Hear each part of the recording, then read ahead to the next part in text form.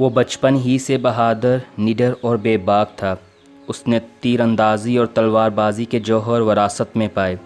گھڑ سواری کی تربیت اپنے والد محترم سے حاصل کی۔ اگر وہ کبھی شکار پر جاتا تو کبھی خالی ہاتھ نہ لوٹتا۔ وہ بہادر ہونے کے ساتھ ساتھ عقل مند اور بالا کا ذہین تھا۔ اپنی خوبیوں کی وجہ سے ان کے والد محترم ان پر بھروسہ کرتے تھے۔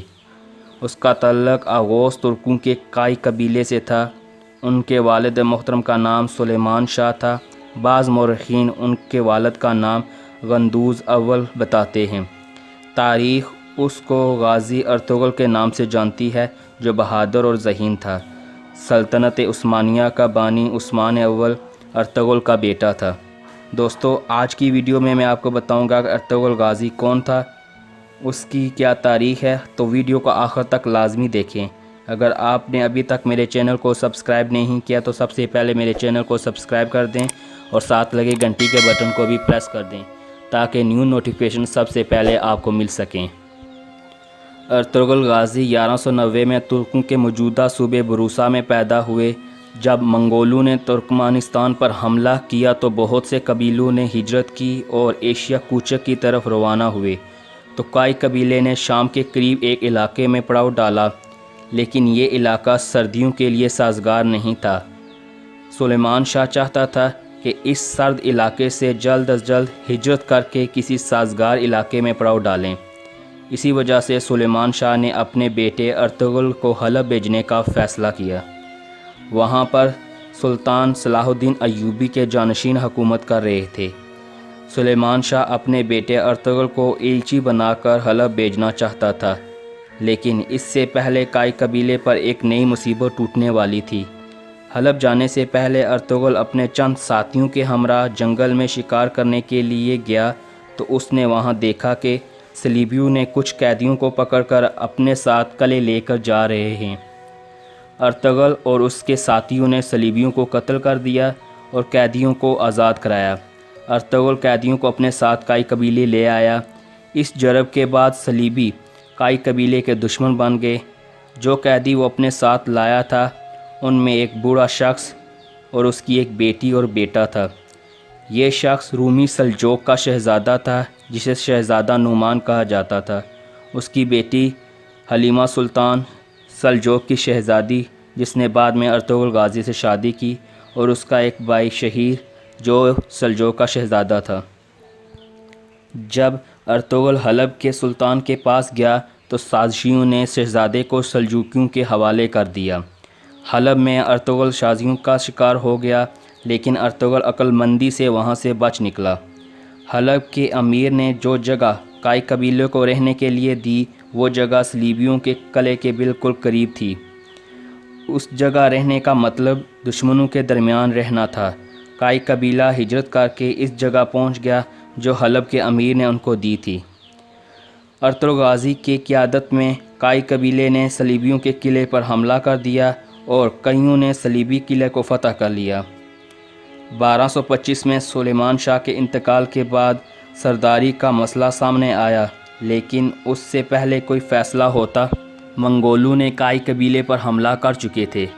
منگولوں نے اس وقت چین اور ایران فتح کر چکے تھے۔ منگولوں کا سردار نویان تھا جس کے کائی قبیلے پر حملہ کیا اور کائی قبیلے کے نوجوان سپاہی مارے اور کائی قبیلے کو کافی جانی اور مالی نقصان کیا۔ اس حملے کے بعد جو لوگ بچ گئے ان لوگوں نے حائمہ خاتون اور گلداروں کے ہمراہ دوست قبیلہ دو درگاہ قبیلے چلے گئے۔ اس قبیلے کا سردار حائمہ خاتون کا بھائی اور ارطغرل غازی کا ماموں تھا۔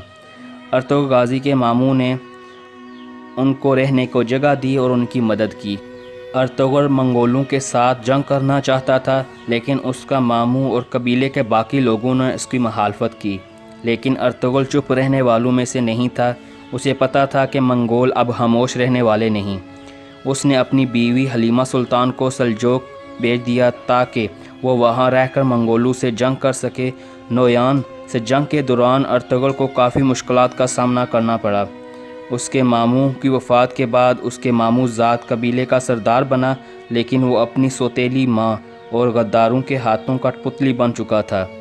ارطغرل کو قبیلے کے سردار کے طور پر انتخاب کیا گیا تو اس کے بھائی گلدارو نے قبیلے کے لوگوں کو آپس میں ملا کر خود سردار بن گیا۔ اس کے سردار بننے کا مقصد تھا کہ میں ارطغرل کو اناطولیہ جانے سے روک سکوں۔ ارطغرل کے بھائی کی پشت پر سلجوقیوں سلطان کا نامزد سردار سعد الدین کوبک تھا۔ یہ ایک فتنہ پرور انسان تھا۔ سعد الدین کوبک سلجوق کے سلطان کو قتل کر کے اس کے تخت نشین پر بیٹھنا چاہتا تھا، تو ارطغرل اس کی راہ میں سب سے بڑا کانٹا تھا۔ ارطغرل نے اپنے بھائی کی بات ماننے سے انکار کیا اور وہ اپنی والدہ، چھوٹے بھائی، اپنی بیوی اور 400 آدمیوں کو لے کر اناطولیہ کی مغربی سرحد پر آیا اور وہاں پر آباد ہو گیا۔ اس جگہ آنے کے بعد وہ اس چھوٹے سے قبیلے کا سردار بن گیا، لیکن شروع میں اس قبیلے پر بہت سے مشکلات آئیں۔ اس قبیلے کی عورتیں قالین بنا کر بازار میں بیچتیں اور اس کے بدلے گندم خریدتے تھے۔ ایک دفعہ ان کے تجارت کے لشکر پر دشمنوں نے حملہ کیا اور ان کا سارا مال جلا دیا اور کافی سپاہی زخمی کیے۔ اس سے اس قبیلے کی مشکلات اور بڑھ گئیں۔ وہ جس بازار میں تجارت کرتے اسے ہانلی بازار کہتے تھے۔ یہ بازار اب بھی ترکی کے شہر میں ہانلی کے نام سے جانا جاتا ہے۔ ہانلی بازار کا سردار صلیبیوں کے ساتھ ملا ہوا تھا۔ ارطغرل نے اپنے ساتھیوں اور نورگل کے ساتھ مل کر اس کے چہرے کو بے نقاب کیا اور اس کو قتل کیا۔ بعد میں ارطغرل نے اس بازار پر قبضہ کر لیا۔ مختصر یہ کہ ارطغرل کی شہرت آہستہ آہستہ پورے اناطولیہ میں پھیل چکی تھی۔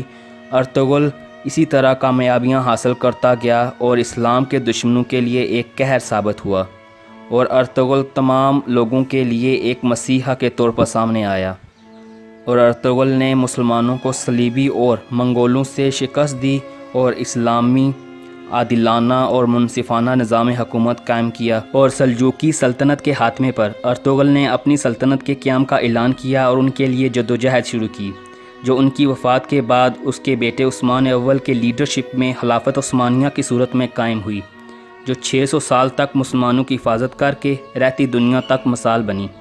سلطنت عثمانیہ کے پہلے سلطان ارطغرل کا بیٹا عثمان اول ہے، جس کے نام پر سلطنت عثمانیہ قائم ہوئی۔ عثمان بھی اپنے والد کی طرح بہادر و دلیر تھا اور بہت سی فتوحات حاصل کیں۔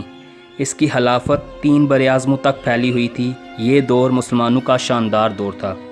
دوستو، امید ہے کہ آپ کو آج کی میری ویڈیو اچھی لگی ہوگی۔